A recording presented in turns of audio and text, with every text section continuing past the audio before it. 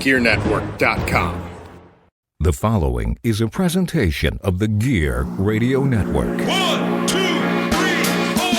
I believe it's a big challenge for our building to keep things in perspective and to, if we're going to get addicted to anything, let's get addicted to the process.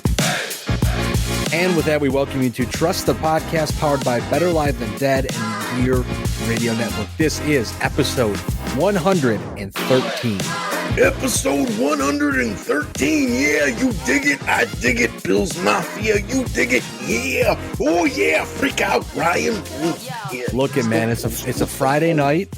It's not even, because there's a bye week with spoiler alert, it's victory week. Not victory week. Monday, not victory Tuesday, victory week here on Trust the Podcast. Buffalo Bills at the Kansas City Chiefs. As I like to call it, White Russian Friday, my friend.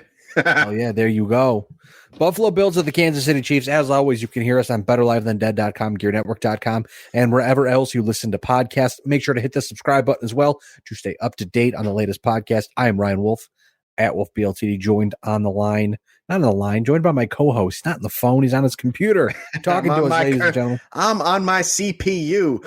You could either talking to you in my normal voice or talking to you as Macho Man Randy Savage from beyond the grave. Yeah.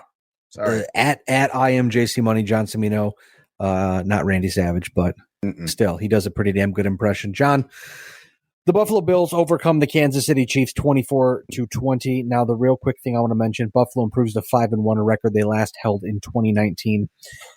Throughout the game, I just want to get this off my chest at the start. Throughout the game, it was frustrating to watch as a Bills fan because, and I was texting. Y'all give up. I'm telling you, y'all give up on your team quicker than any fan base of any team I have ever seen in my entire life. But this is my perspective. This is where I come from. Please give me the perspective. This is the one thing I really need to understand. I need to understand this because as a fan of a team that for maybe the first 30 years of my life, the New York Jets were like, okay-ish, on again, off again, playoff-ish. They were always competitive. And then these last 11 years, they've kind of been Now they're 4-2, and I'm like doing cartwheels, right?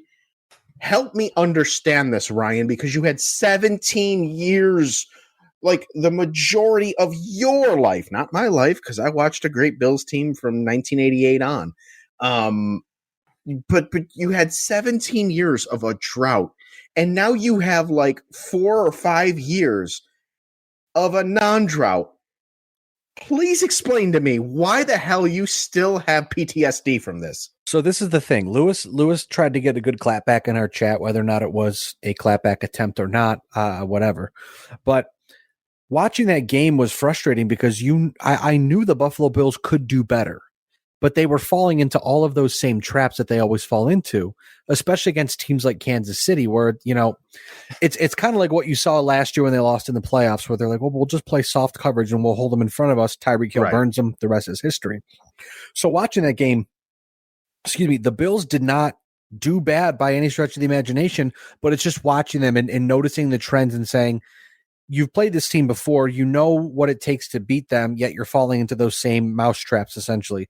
So, for me, that's where I got frustrated. And we'll talk a little more about it in the podcast because we break down why the Buffalo Bills were so successful in the second half. But that, to me, is kind of what it was, where, I'm not watching it going, man, this team sucks. I'm going, they're better than this. I know that they're better than this. I know they can play better than this. I don't understand why they're struggling so bad, especially against a team. They've played a ton, and they will play a ton now in the playoffs and in the future. It looks like at least like the next 5 or 6 years in the regular season, they're likely going to play Kansas City. And yes, at some point, Kansas City will actually come play in Buffalo in the regular season and hopefully in the playoffs, because if it feels like most of the games have happened in Kansas City, you'd be right. But again, it's a situation for me where I don't give up on the team. I just get frustrated because you see them falling in those same traps, like I said, falling for the same bait and switches, essentially, where it's like, hey, don't rush, don't blitz Patrick Mahomes, he'll burn you. And then they come out and they blitz Patrick Mahomes and he burns you. And it's like, this. Know this, but you continue to do the same stuff. I get that, and I understand that, and maybe this is probably where me not being wearing a Homer hat with them comes into play with this. And I understand your frustration with that because, again, using the New York Jets, I go through those motions all the time with them. And so well, let me clear it up too. I was only pissed the first half because the second half, as mentioned, what we call in the business a cliffhanger, they made the adjustments because that's the thing I said too. Yes. I said the other thing about the Buffalo Bills, I told my friend, a friend group about this as well. I said, look, the one thing the Bills have done great this year, why they're 5-1 now, is because they make adjustments. If the other team comes out on the first drive and scores a touchdown, you better believe, first off, wow, that's amazing because that doesn't happen much anymore. But if that does happen, you bet your ass Leslie Frazier is going to go back to them and all the position coaches are going to go back and say, look, this is what they're doing. This is how they're playing us. This is how we're going to adjust. Well, yeah, and they did just that. But I mean, just going back to the Homer hat perspective, me not wearing it, I was able to watch this game objectively. And yes, the Buffalo Bills did make a lot of mistakes. It seemed like at least early on in the first half, they were feeling that proverbial bright light burn, if you will, that we talked about over the course of the podcast lifespan. When the lights get really, really bright, Josh Allen can gets flustered a bit and kind of gets a little erratic from time to time. The team starts making mistakes, dare say careless mistakes. They were doing that in the first half, but unlike years past, to your point, they made those adjustments at the halftime and came out a completely different team that second half. But I can understand the frustration point of view because I do the same thing with the team that I love and root for opposite this team here. And so I get that, but looking objectively, it's not like you don't have a team that can easily put up 25 or more points, a game. I mean, there's only 2 games this season that they did not put up those numbers, and only one of them they lost, and they should have won that game. But against the Rams, 31 points. Against the Titans, 41 points. Against the Ravens, they put up 23, so not 25. Against the Steelers, 38 points. Against the Chiefs, 24. This team's going to score no matter who they're playing against. It's Buffalo, Kansas City, and then 30 other teams. That's fair. And in the 3 big things, we will highlight that, which, John, the 3 big things are brought to you by puckluck.com, your one-stop resource for all of your NHL sports betting action. Hockey's in full tilt, ladies and gentlemen. Puckluck.com is a place to be. Puckluck provides win percentages and score projections for each and every National Hockey League game to tilt the ice in your favor. You're not sure what to bet or just in a rut? Not to worry. Puckluck also provides expert picks to get the puck bouncing your way. Please note, puckluck.com, no way affiliated with the National Hockey League, its teams, or the NHLPA. Puckluck.com provides data related to gambling and cannot guarantee the success of any suggested or related wagers. As always, please gamble responsibly. And John, incidentally, hockey fans, yes, I know the Buffalo Sabres defeated the Calgary Flames last night. Get over it. It's game 4. We'll see you guys in Buffalo in February, a game that I am hoping, fingers crossed, Ryan, I am able to go and possibly even take my children with me to our collective first NHL game together. So fingers crossed. I'm hoping to make that happen. That'd be great. Regardless of whether or not the Flames the Flames win or lose. I want that experience, and I want. We should bring Lewis to a hockey game. It might be too cold for him though. No, he's been to plenty of hockey games. He goes. He's gone to a number of Amerks games with me. He doesn't get cold there. The ice if Lewis looks at the ice melts. That's the biggest problem. I would believe that. As always, John, we run down the offensive stats in our first of the 3 big things. And quarterback Josh Allen had a day under center, or on the shotgun, I guess. 27 of 40 passing, 329 yards, 3 touchdowns, no interceptions, with 12 rushes for 32 yards. Josh Allen recorded a stretch of 13 straight completions, a career best, before throwing an incomplete pass on his first throw of the 4th quarter. As you always love, John, I've got an old name to bring back for you. Buffalo's franchise record is 16 consecutive completions set by Trent Edwards for Seattle. September 7th, 2008. If you thought Trent Edwards was not that old, that's a long time ago. 2008. It's really I'm still of the mindset where 2008 is yesterday to me still. Yeah, you're not wrong. You're not wrong. But this is growing up. 17 touchdown passes in the first 6 games this season sets a new franchise record. The previous season was 16, set by Josh Allen in 2020. Josh Allen leads the National Football League with 1,980 passing yards. Heading into this week, obviously, because the Thursday Night Football game already took place. The second most passing yards heading into this week were the Indianapolis Colts quarterback Matt Ryan with 1,765 passing yards. Allen tied for the NFL lead with 17 passing touchdowns, tied with Patrick Mahomes. Allen recorded his 12th career game with 300-plus passing yards and 3 passing touchdowns, tying Jim Kelly for the most in Bills history. Per @SportsRock2, John, you know I love to get the best stats. We talk about the greatest stats. Josh Allen, now 3-0 in games when he hurdles a dude. That was a direct quote from Twitter. Here's a fun one. Greg Harvey, @Between the Nums, NUMS on Twitter. Josh Allen now has 20-plus fantasy points in PPR leagues in 13 straight games, including the playoffs. Allen becomes just the second player in NFL history to do this, joining Aaron Rodgers in 2011.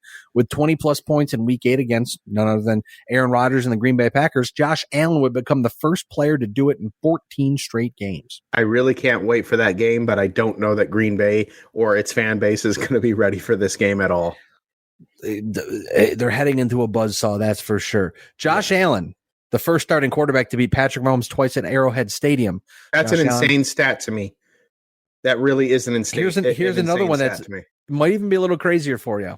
Josh Allen has 3 career games against Patrick Mahomes with 300 passing yards, 3 passing touchdowns, and 0 interceptions. That includes the playoffs.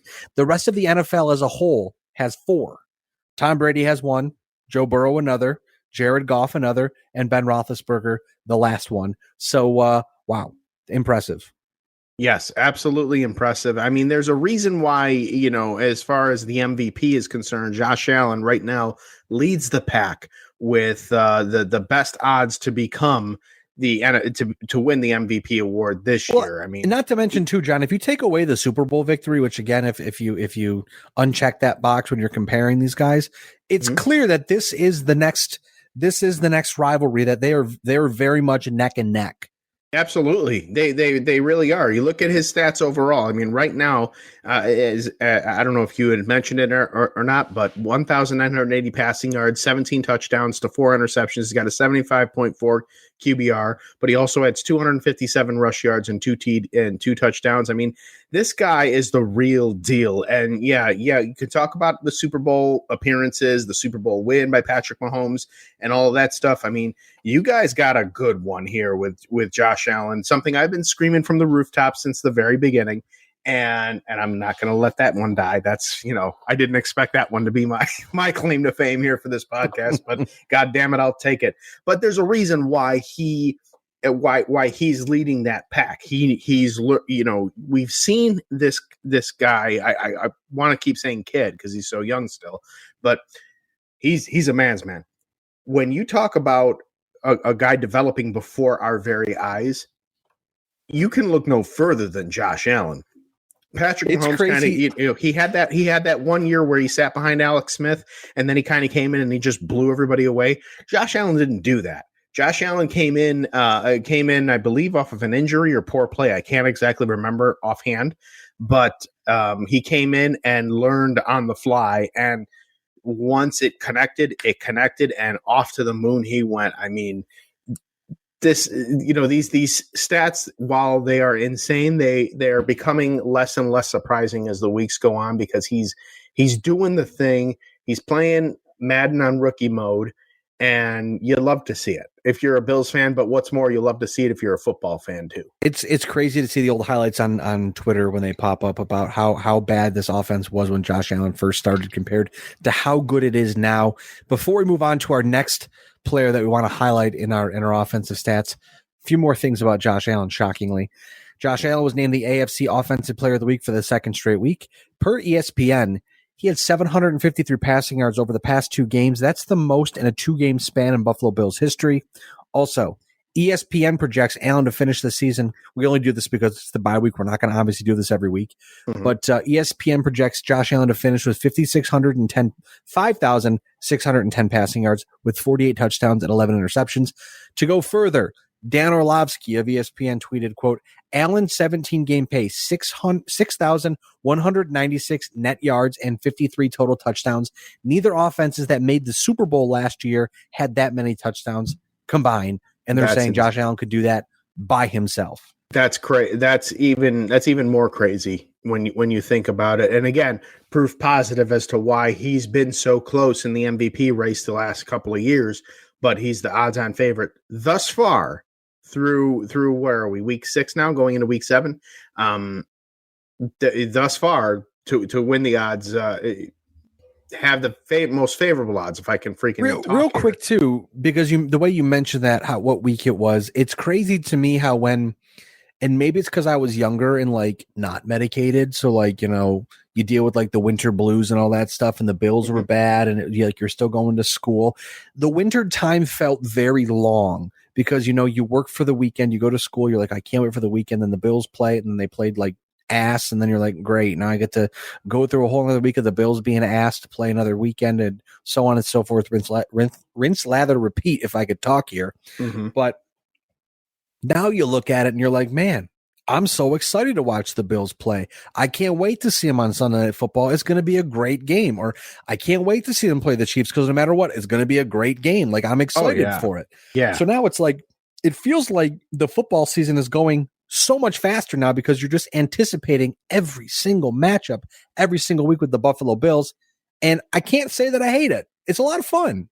It is a lot of fun when, you know, especially when you've gone through XYZ amount of years where, you know, all you knew there, again, there's a generation of Bills fans that I call the obnoxious Bills fans of today, because, you know, they went through most of their lives with a losing Bills team that was depressing or came close and just never did. But here's actually, I don't know if you have this on the stat. I didn't read this here, but remember when we were talking last week about ratings and how it was going to be?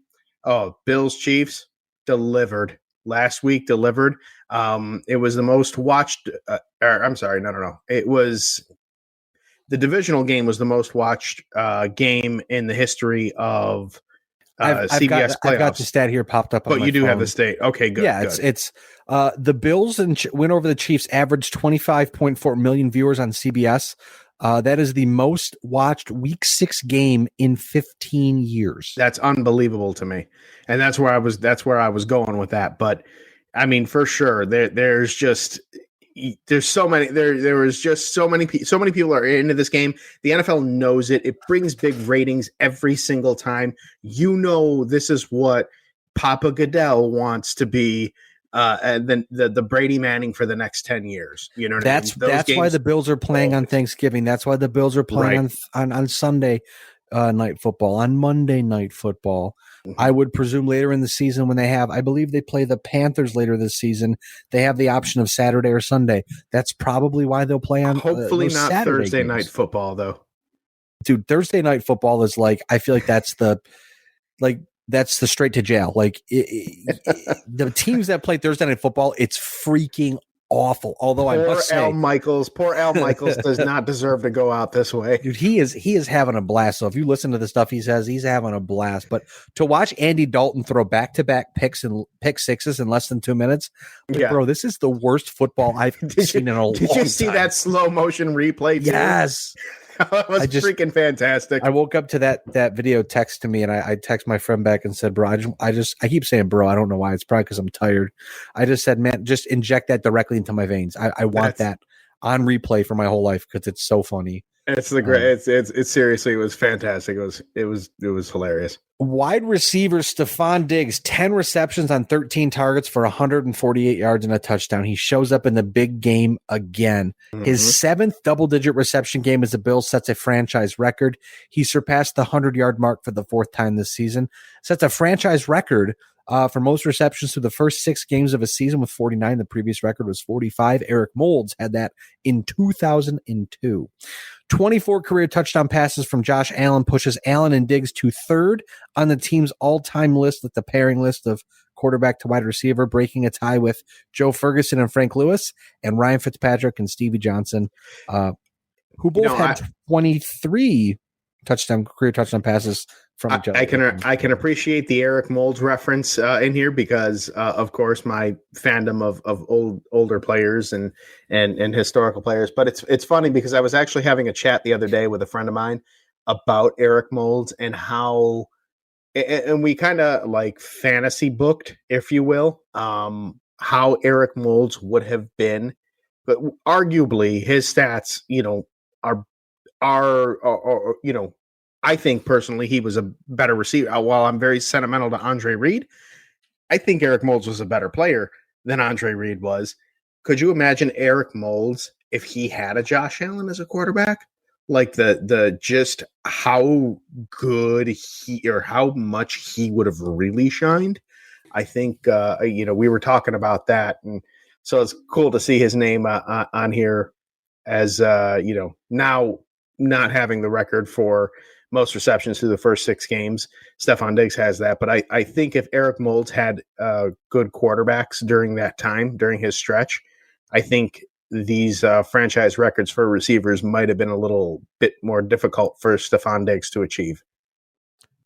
So I was looking these stats up as we're talking here, because for me, again, it serves us no purpose to go back and relive this era of Buffalo Bills football, because it's already been done. Friend of the podcast, Ryan Nagelout, Corey Griswold, the Goose's Roost, they went back. They did the entire Droughtcast. They covered the podcast series covering every single game in the team's 17-year playoff drought.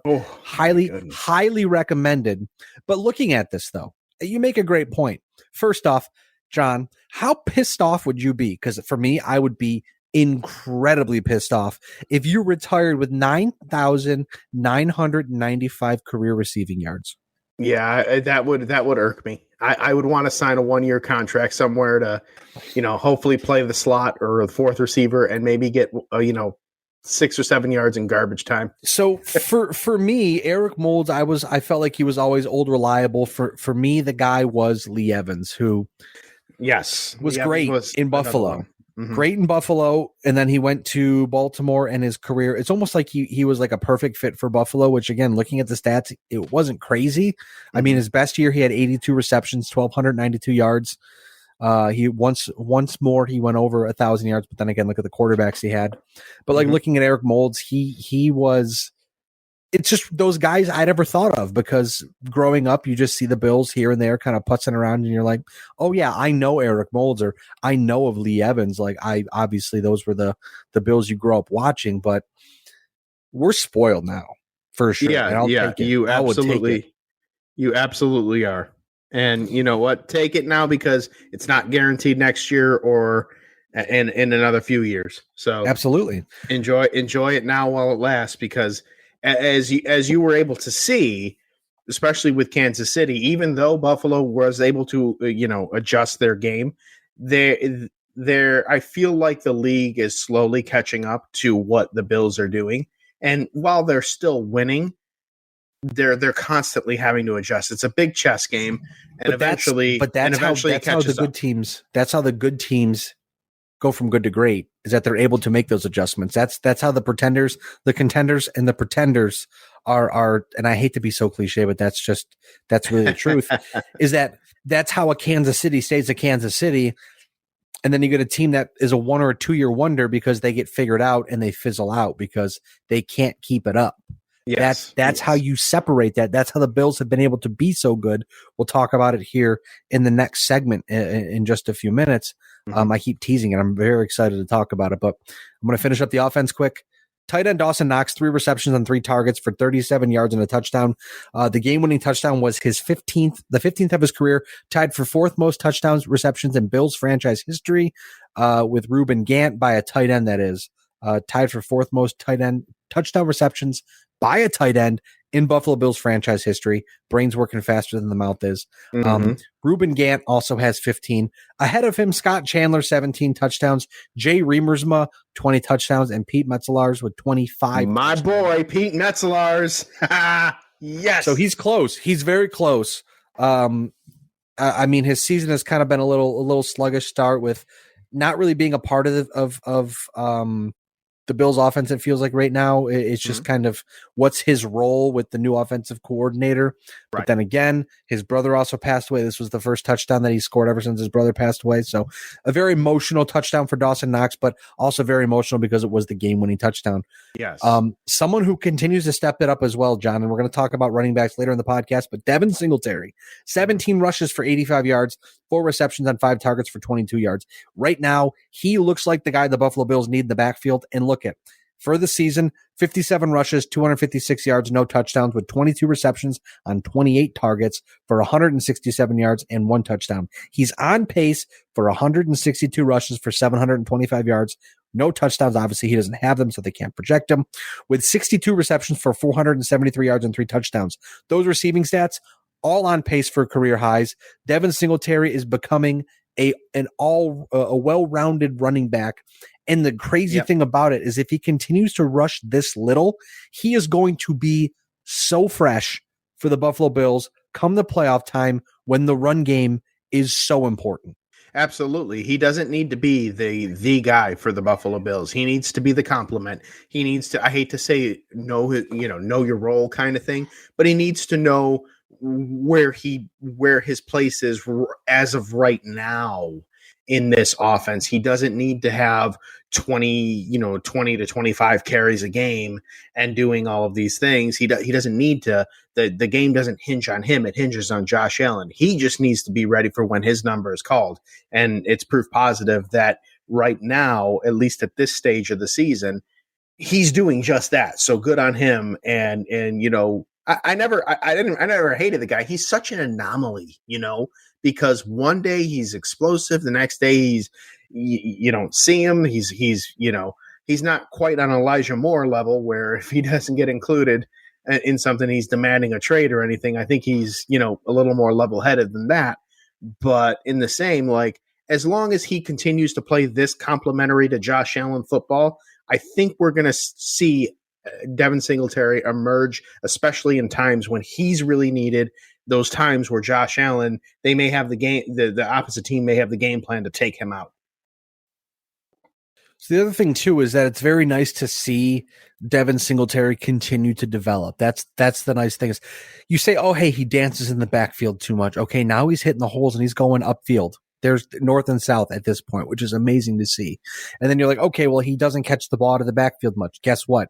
He is becoming very active out of the backfield, which continues to make that offense, it makes the offense grow and be more of a well-oiled machine. So I am all for, Devin Singletary having a career year in a contract year. Good for him. Absolutely. Good for him. Absolutely. Moving on to the second of the 3 big things here, wrapping up the defense. Von Miller had a day on Sunday. 4 tackles, 5 quarterback pressures, and 2 sacks. He now has 16 sacks in 19 career games against Kansas City. He now also has 121.5 career sacks, most of any active player. His 6 sacks lead all Buffalo defenders, and he's tied for second in the National Football League. The league leader right now, Pittsburgh linebacker Alex Highsmith with 6.5 sacks. Defensive end Shaq Lawson also had a sack. Cornerback Kyer Elam had an impressively athletic interception in the end zone. He becomes the first Buffalo rookie with an interception streak since Tre'Davious White in 2017, who is coming back soon. Very nice, like a one-handed kind of pull down the one-handed interception. It was great to watch. Cornerback Taron Johnson or Taron Johnson. I'm so bad with names and I'm so damn tired. Taron Johnson.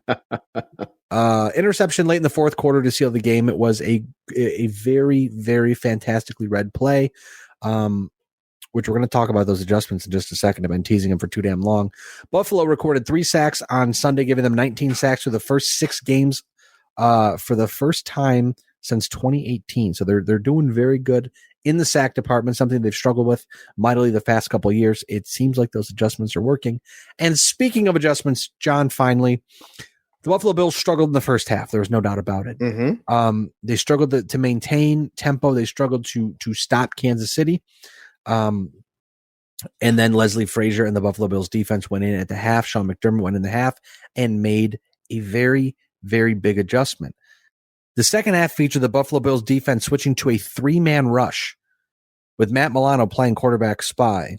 So essentially, Matt Milano's job was to stand there in the linebacker position and just literally watch Patrick Mahomes.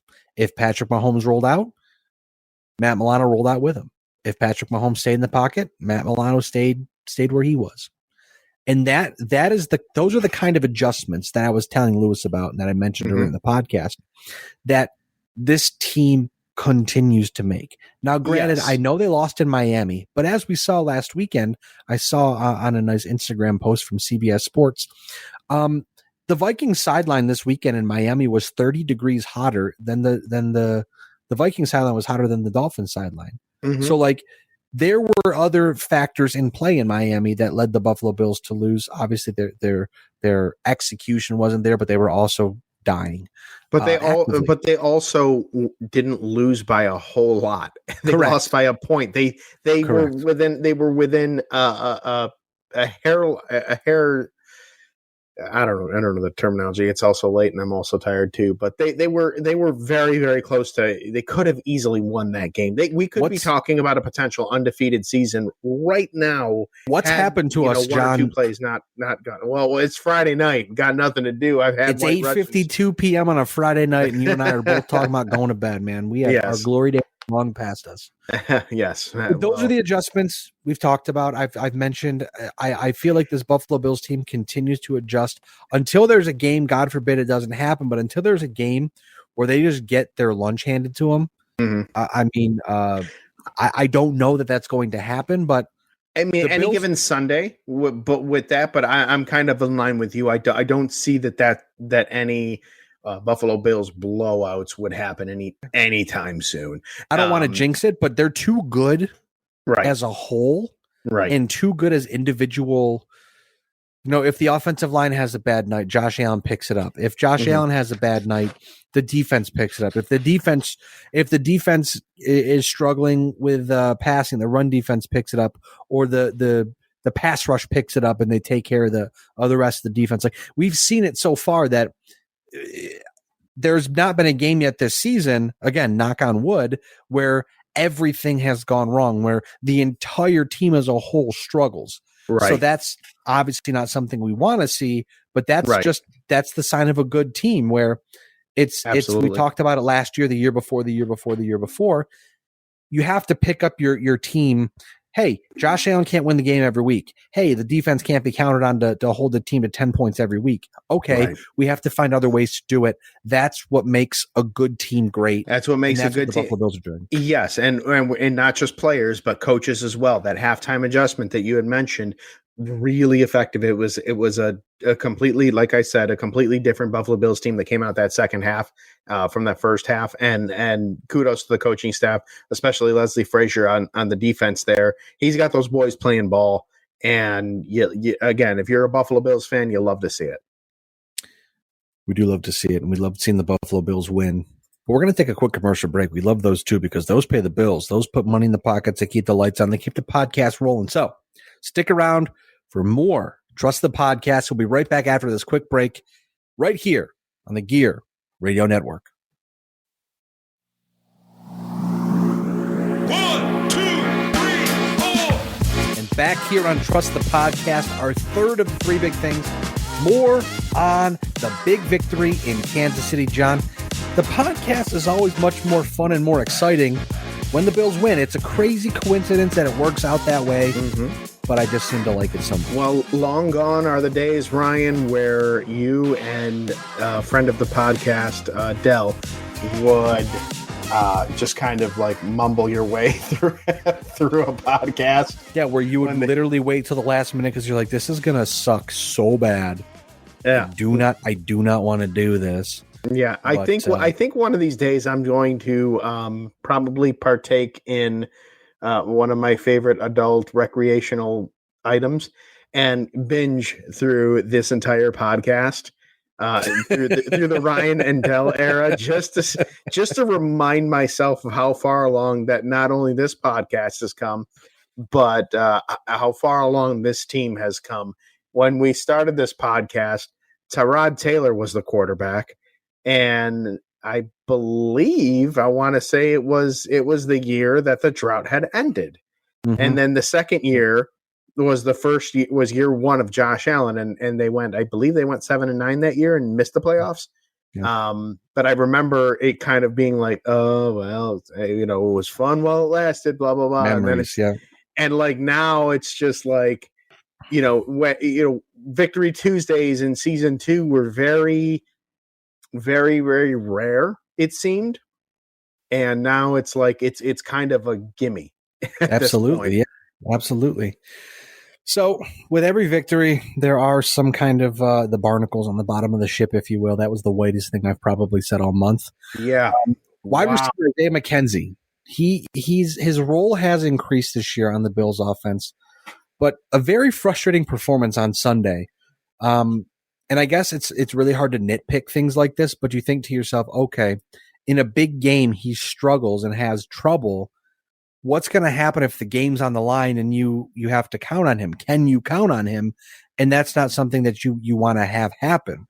Yeah, but in the same, I don't think that the Buffalo Bills, at least this year, are in a position where they'll need to worry about that, to be perfectly honest with you. Well, so here's the thing, John. It's a good hypothetical, but I don't really think that that's anything that Bills fans really need to concern themselves with. There is a very fancy free agent target on the market named Odell Beckham Jr. And Odell Mr. teasing every freaking possible team he has a connection to. Mr. Odell Beckham Mr. Jr. posting him and Saquon Barkley saying family reunion. Get the F out of here. I'm not even. Mr. Odell Beckham Jr. plays the slot. Can play the slot, much like Isaiah McKenzie. That's the only reason we mention this, because frustrating performance, like I said, not on the same page with Josh Allen. There was a shovel pass that ended up being a fumble recovery by Kansas City. There was also a wide open opportunity to score a touchdown, but the turf monster got him. He tripped and fell as he attempted to make the catch. So again, things to keep an eye on where you're like, look, everybody's gelling on offense, but he seems to be getting left behind. So again, nothing crazy. Just keep an eye on it. Something that is crazy. Gabe Primetime Davis. Mr. Touchdown himself. He had 3 receptions on 6 targets for 74 yards and a touch. Nate Geary over at WGR, at Nate Geary Sports on Twitter, he says the last 3 games, the Buffalo Bills games that Tony Romo and Jim Nantz have called, Gabe Davis has a measly 14 catches for 446 yards and 7 touchdowns. That is 31.9 yards only per 14 carry. Catches and 7 touchdowns. Only that? Jeez. Only. I think maybe he needs to be maybe he needs a little more on-field experience with Tony Romo and Jim Nantz calling games. What do you think? Hey, I'm a big fan of Gabe Davis, and he seems to shine bright when the lights are the hottest. Yes, absolutely. Something that this very podcast, again, it's going to be my crutch, my man. I'm going to go back to, because I'm so proud of this podcast and its chronological following of the Bills which you talked about that podcast, the other podcast, wherever it was that covered all the games throughout the drought, which that has my interest peaked. This one is obviously post drought and seeing it grow. Gabe Davis, we talked him up last year. You and I both did. And to see it come to fruition is kind of another proud Papa moment, I think, for old Papa JC here in the Gear Network studios in this podcast. Hell yeah, it feels great too, because also it's nice to talk about it's really nice to talk about players and go, yeah, I think it's going to be a good one, and then he actually turns out to be a good one. Right. It makes me feel not so crazy, which is awesome. Right. No, dude, but it's like it's seriously. I was talking the buddy I was talking to about Eric Moulds in the same conversation he and I were talking about. I said, honest to God, I knew about Josh Allen and his stats in college and all that stuff. And when, Bills fans were shouting wrong Josh because they didn't get Josh Rosen, I'm sitting here like, you guys, he's actually pretty good. If he develops right, like, y'all got something good there. And I became a fan of him purely for the troll.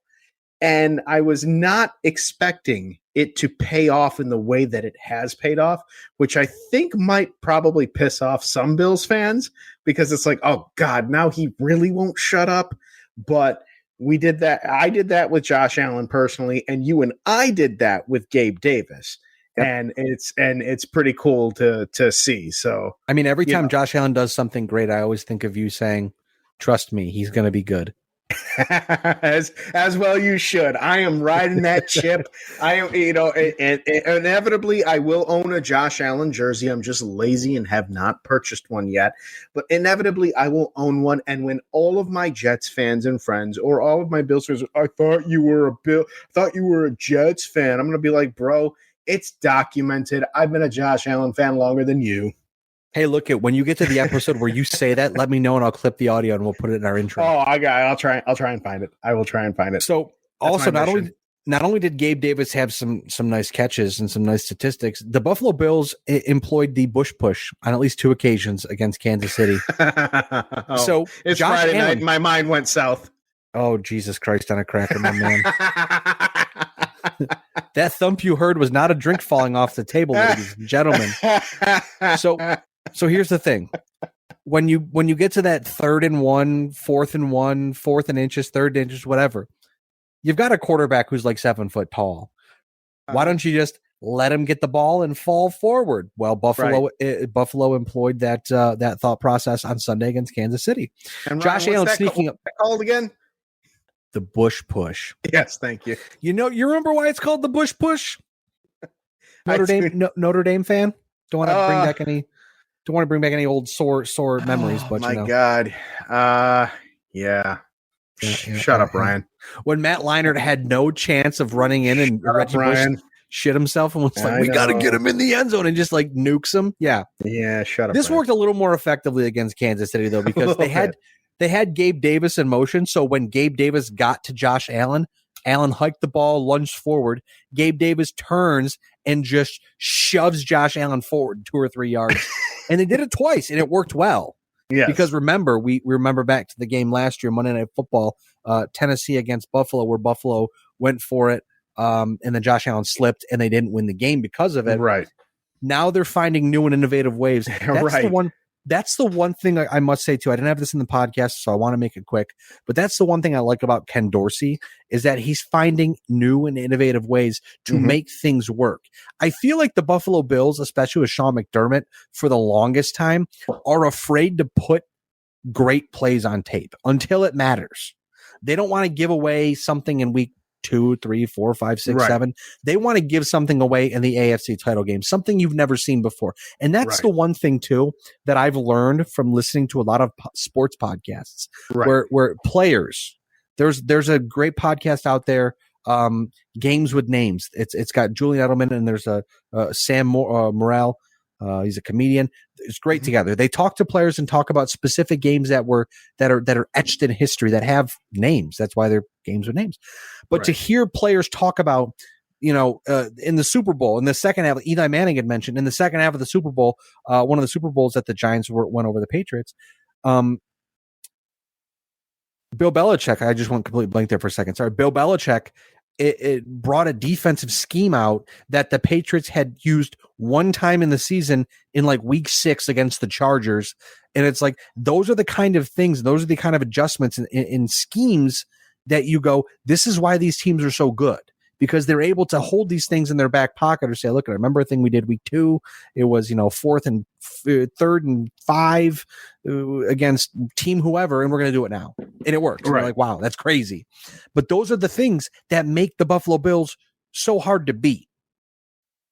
But also, absolutely. But also, John, these next 2 things make it also hard to beat the Buffalo Bills. Buffalo, their DVOA, defense adjusted value over average, heading into the bye week before this week's game started, before that, again, that wonderful Thursday night football game that just was wow. Buffalo, first in both offensive and defensive DVOA. No team has been number 1 in both since Tampa Bay after week 6 in 2003. Only the 2001 Rams, and the 1987 49ers finished a season number 1 in both offense and defense. So both offense and defense, pretty good. Like the nod to OLD there. I while you were talking, I was listening, but while you were talking, I was scrolling through the archives here, and my first episode of Trust the Podcast came in. Let's see here. It was episode number 26, October 2nd, 2018, where we highlighted the Buffalo Bills, ironically enough, at the Green Bay Packers. I like it. That is their next. Obviously, they're in Buffalo, but in 2 weeks. But talk about full circle there. So I'm gonna I think listen to that podcast this week just to see if the text is in there or the talk is in there about my Josh Allen fandom. See, if we had like an intern or something that could just clip what we said and like put stuff up on social media, that would be great. But absolutely, we can't afford that, so it's all good. No. Another thing that makes the Bills hard to beat: they lead the NFL in total yards with 2,645 total yards. Philadelphia, very good team, second with 2,367. Are you ready for this one, John? I'm ready. If Josh Allen himself were a team, he would rank 6th in the National Football League with 2,237 total yards. Jesus H. He's that damn good. He's pretty. That's pretty good. Yeah. That was one of the stats where I saw it on my phone and it was not even a second thought. I went click, screenshot, throw it in a podcast because man, wow. Absolutely. That's a stat. That's and again, Ryan, like I say, what do I always say? Every podcast, best in the business you are. Finding stats like that. Thank you. I appreciate that. I'm very online, and that's a problem. But hey, the Buffalo Bills, remember I said it. A lot of guys injured, a lot of guys sitting out games. Mm-hmm. Heading into the game, I said, and I think I said it on the podcast, we're going to find out how healthy or how hurt the Buffalo Bills actually are when it comes to playing the Kansas City Chiefs, because this is a statement game. I think I joked in our chat saying if they lose this game, we know the reasons why. Yeah, it's not because of injury. That's for damn sure. I said that's a really good point, actually. Prior to Sunday's game, Buffalo handed out an injury report that featured 2 players. Jake Kumaro out with an ankle, Jordan Phillips questionable with a hamstring. He ended up playing 26 snaps on Sunday. All other players reported as healthy. Coming out of the game, very, very, very limited injuries. Couple guys nicked up, couple guys banged up. It's a bye week, though. They will have time to heal. We're going to talk about a couple guys here later on in the podcast. But the one thing, John, I've been waiting to talk to you about all week long, Jordan Poyer, his family vacation. Reported by John Scott of Spectrum News, Jordan Poyer not cleared to fly to Kansas City for Sunday's game due to his ongoing recovery from a pneumothorax, which is a collapsed lung, and it could have been impacted by the air pressure changes required for flying. Essentially, you get a thing of air, it blows up, causes a lot of problem. So, absolutely, Jordan Poyer traveled to the game in a team-provided Mercedes-Benz Sprinter van with his wife, daughter, and a driver. Jordan Poyer joined the Pat McAfee show on Monday live from the van and said, quote, "I knew by Tuesday or Wednesday we're going to have to drive," and it turned into a family trip. According to the Buffalo Bills, Poyer completed a 1,942-mile round trip simply to play on Sunday. Jordan Poyer got that dog in him. I will tell you what, to steal an old Jim Rome Maddenism, Ryan, or Maddenism, it's not a Maddenism, John Madden Maddenism, a Jim Rome-ism, Jordan Poyer, man's game. Yeah, that's fair. And you know what's funny too? He's gonna demand a lot of money in free agency after this season, but he has. I'm not crazy about paying guys past you get their first deal, they do well, and then now it's time to get paid essentially for the work that they've done.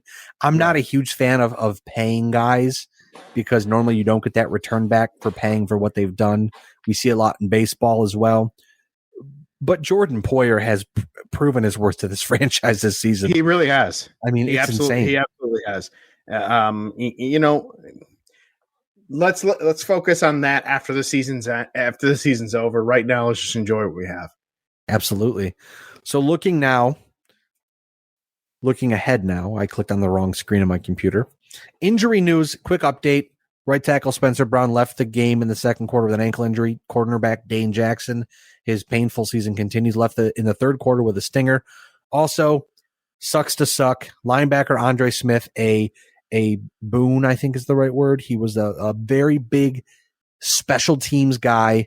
Linebacker was cut after returning from a 6-game PED suspension. Essentially, he got suspended, lost his job, got Wally pipped, and got kicked out. See you later, my man.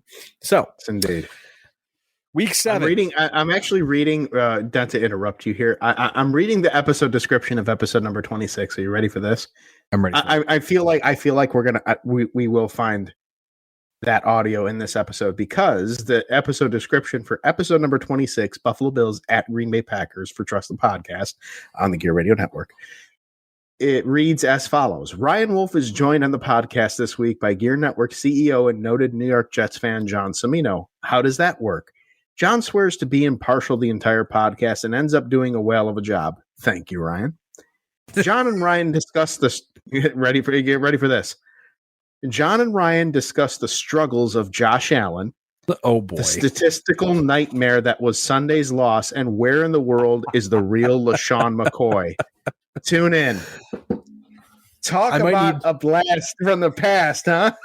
I might need a beer and a cigarette to listen to that, and I don't smoke and I don't drink beer, so it's gonna be one of them nights. But I drink plenty of beer for the both of us, so I'll do that part. Not the cigarette part though. That shit's nasty. It's been a long time. I joked with my coworker after Sunday. I texted him. He said, because he's got, again, I told you earlier in the year, he drafted Josh Allen in his fantasy football league that he plays in, not the Wolfe and John football league, but he is a part of that. He said he drafted Josh Allen just with me in thought. He's like, you're my friend. You're from the area. You're a big Bills fan. I had to get him. So I get texts from him, and I'm like, dude, after that game, I need a cigarette. I don't even smoke. Like, one of those games where you're just like, I got to go take a long walk outside. It's cold out. I just got to breathe, take a shower. Like, wow, it was a lot. But now I'm going through some of the even earlier episodes here. Boy. Here's episode number 2, Buffalo Bills at Carolina Panthers. Another week is in the books following the Buffalo Bills headache-inducing 9-3 loss to the Carolina Panthers in week 2. Jesus, I remember that game, dude. Hosts Del Reed and Ryan Wolfe break down what went wrong and the few things that actually did end up going right. Also, don't look now, but we get a quick game preview of this weekend's matchup with the Denver Broncos. Ready for this one, Ryan? I'm looking for the line in every description here. And when you look at these two teams today, this one will make you laugh. How can Buffalo upset Denver? Tune in and find out. I think at that point too, Von Miller was still a Denver Broncos. That's he was minutes ago. Yeah. All right, so it's week 7. It's the bye week, baby. Indeed. Sunday, October 23rd. Which means the Jets will be on local TV. The best part about this podcast is that we are located in Western New York, so it is going to be in the 70s. This next 5 or 6 days, I think they said. So yeah, after being in the 30s for like a couple of days earlier this week. Look, I'm not mad about it being cold because I was able to confirm that my brand new windows that I paid $6,000 for work pretty damn well. So I'm very excited about that to find out before it gets too cold outside. But you say that now, and then you become 41, almost 42 years old like me, with an ankle injury that's been ongoing for 6 months. That's been hindering you from returning to the wrestling ring again. I haven't wrestled since freaking June, right? And when it's 30 degrees or 35 degrees and you're walking, you think everything is good, and then it just, that cold hits the ankle and your bones go, well, first off, do you want me to take you behind your shed and shoot you? Because that's what it sounds like. Not yet. But I'm waiting for the good news. Hopefully, fingers crossed. November, I believe it is the 2nd. I have a appointment with the orthopedic surgeon. They have we may be avoiding surgery, which is great. Not that the surgery would be major or a long recovery time. Think orthoscopic, kind of like Zach Wilson had surgery earlier in the offseason, and he was out for 3 weeks or something like that. It one of those kinds of surgeries where one of the side effects to get it. What's that? One of the side effects is liking MILFs. Liking what? MILFs. Come on, John. Yeah. No, Mr. Bush push himself over here. No, I thought you said Bills. I'm like, no, I don't like Bills. Bills suck. Not the Buffalo Bills. The Buffalo Bills are good. The actual Bills are terrible. Yeah, your monthly Bills, those suck. But we're fingers crossed. I'm hoping I get the good news. If I get the all clear, I could I could be in the ring wrestling as early as December. Which I like it. Which I would be very happy with. Well, hey, I probably also shouldn't mumble when I talk. That would also probably help very much. Indeed. Looking at, I was going to say too, I've got a wonky hip, so whenever it starts to get colder, a cold front moves in, things start to ache, and you're just like, bro, am I 90? But I get you. It's not a competition here. We're all just falling apart as we age. The Buffalo Bills have been rumored to be in on Christian McCaffrey for some time now. Mm-hmm. And I want to get your thoughts on this really quick because some more developments have dropped as time has gone on. First off, overnight, Thursday into Friday, the San Francisco 49ers completed a deal to acquire running back Christian McCaffrey for a second, third, and fourth round pick in 2023 and a fifth round pick in 2024. Now, granted, Christian McCaffrey, when healthy, dynamic as can be, he's going to keywords there, Ryan. When healthy. Exactly. He's missed 23 of 33 games during 2020 and 2021 after being injury-free in his first 3 seasons. So far, he's avoided injuries this year, playing 85% of Carolina's snaps. So, the one thing in this ESPN article I did see that I like, McCaffrey spent time this past offseason talking to Hall of Fame running back Marshall Faulk, who had some of his most productive seasons beginning in year 6, about what workout and diet practices could help keep him on the field. With that being said, the Buffalo Bills were linked to Christian McCaffrey. Here's the thing, though. We get an update this evening, actually, about 25 minutes ago during the podcast. Tim Graham tweets out, a source with direct knowledge tells me the Bills first reached out to the Panthers about McCaffrey last Friday, but never made an offer. Price was too high, and as Bills monitored, price never came down enough. So, right.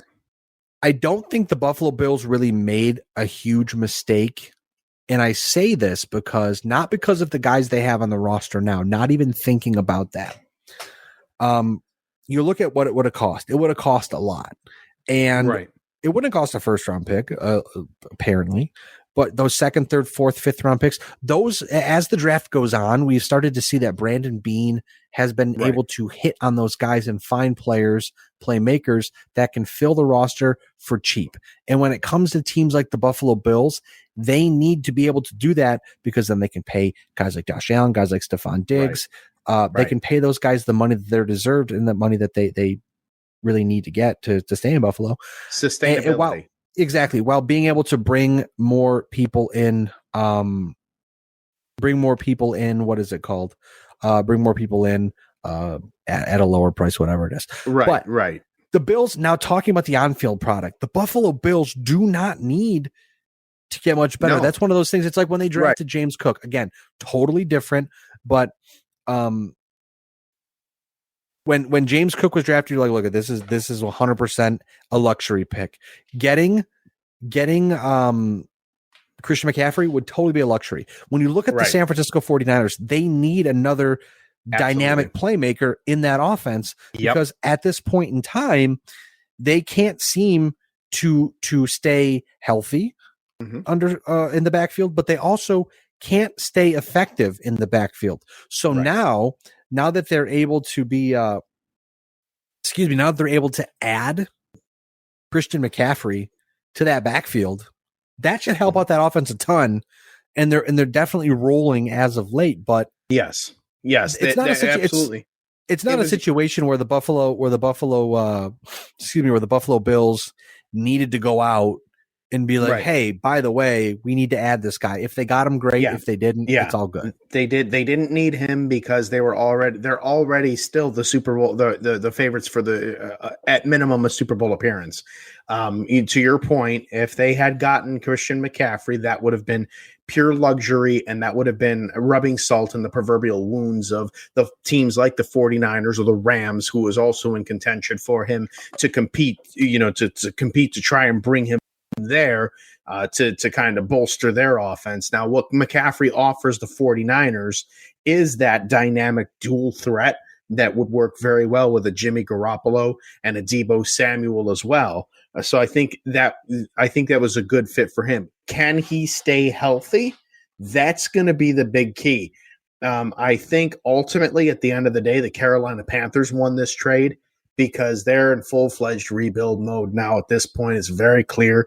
They let go of Matt Rule a week or so ago, traded Robbie Anderson off to Arizona, and now McCaffrey over to San Francisco. So, those key picks, the second, the third rounds, and even you might get some. There's a famous person that was a 6th round draft pick, so you can't rule out those 5th and 6th round picks too, those later picks. I think that if Christian McCaffrey can stay healthy, it's really going to benefit the Niners a lot more than it would benefit the Buffalo Bills, whom are already whom regardless of what this move did or where McCaffrey landed, like, it's just business as usual in Buffalo and Orchard and they Park. can still go out and get someone else. I mean, it is the 21st. The trade deadline is, I believe, the 1st of November or something like that. November 1st. Yep. So there's still the opportunity to go out there. They could go out, pick up another wide receiver. They could go out, pick up a cornerback. They could do whatever. They could do nothing. They could do something. It doesn't matter either way. But I mean, it would matter. We would end up talking about it. But excuse me, if nothing else, the San Francisco 49ers are quickly becoming one of the most handsomest offenses in football with the addition of Christian McCaffrey to the 49ers offense. It's going to be interesting to see. I do think that with the addition of McCaffrey, Chris Boomer is ever so closer to his dream of a Buffalo Bills versus San Francisco 49ers Super Bowl. Well, not to mention too, I know this is those longtime fans that are listening that know that reference. Absolutely. This is not obviously a NFL centric podcast. It's the Bills podcast, but bye week, we could talk about whatever we want. We're going to talk about whatever we want next week too, before we preview the Bills game. But the other thing too is that Rams we give Trust the podcast a week off and we do a BLTD instead. Maybe we could do that. It's always a possibility. I actually did think about that. I was going to ask you, what NFL topics did you want to discuss? We can discuss them on the bye week, and then we can talk about the Bills to wrap it up, but we'll get on that at a later time. Looking at how the Rams have kind of struggled out of the gate defending their Super Bowl championship from last year, a move like this makes sense because the 49ers, they struggle with Trey Lance. Jimmy Garoppolo sits back, thumbs up, does his job as a backup quarterback. Hey, I'm going to take my money and leave at the end of the year. But with the Rams struggling, I mean, the Seahawks came out hot. They're kind of struggling again, but Kenneth Walker looks good so far. First week had a big game. Who knows? Maybe they can do something. Arizona, I'm not going to hold my breath anymore because 1 week they look like a world beater. The next week they look like they couldn't beat their way out of a wet paper bag, I guess is the best way to put it. They couldn't beat eggs for scramby eggs. Yeah, they couldn't beat something, that's for sure. So I think it's an aggressive move by the 49ers, but when have John Lynch and Kyle Shanahan not been aggressive? I mean, it's a good shot to take at this time of the season. And in worst case scenario, if it doesn't work out, they've got Eli Mitchell coming back in a handful of weeks, and he's also pretty good too. Ryan Herm Edwards once said, "You play to win the game." And that's what the 49ers are doing right now.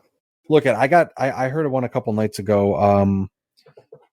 What was it? The old Vikings coach. I just completely blanked on his name. They are who they thought Denny Green. They are who we thought they were. We let him out the hook. Yep. I know we're we're running short on time here, but I will share. I always have a very fond memory of that because I remember it was the Bears against the Cardinals. Denny Green was the coach, then the coach of the Cardinals at that point in time. It was, I believe, the first Monday Night Football game of the ESPN era, after it had went from ABC to ESPN.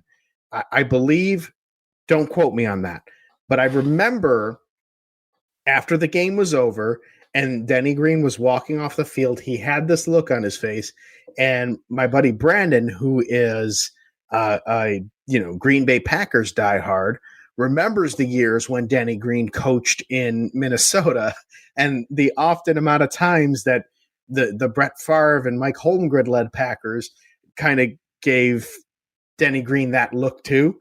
And I remember him sending me a text before that press conference saying, Mount Denny is about to erupt. Just you wait. And so I turn on Sports Center and they have the live thing. And then Denny Green, Mount Denny erupted. And it was the funniest freaking thing ever.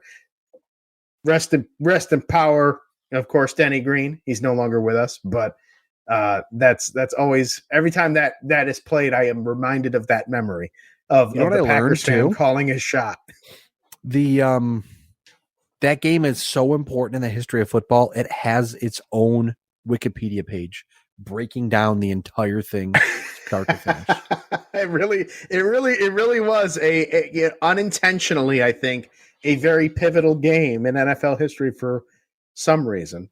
Yeah, it's impressive, man. Absolutely impressive. But it certainly wasn't because of the play on the field. Yeah, I mean, it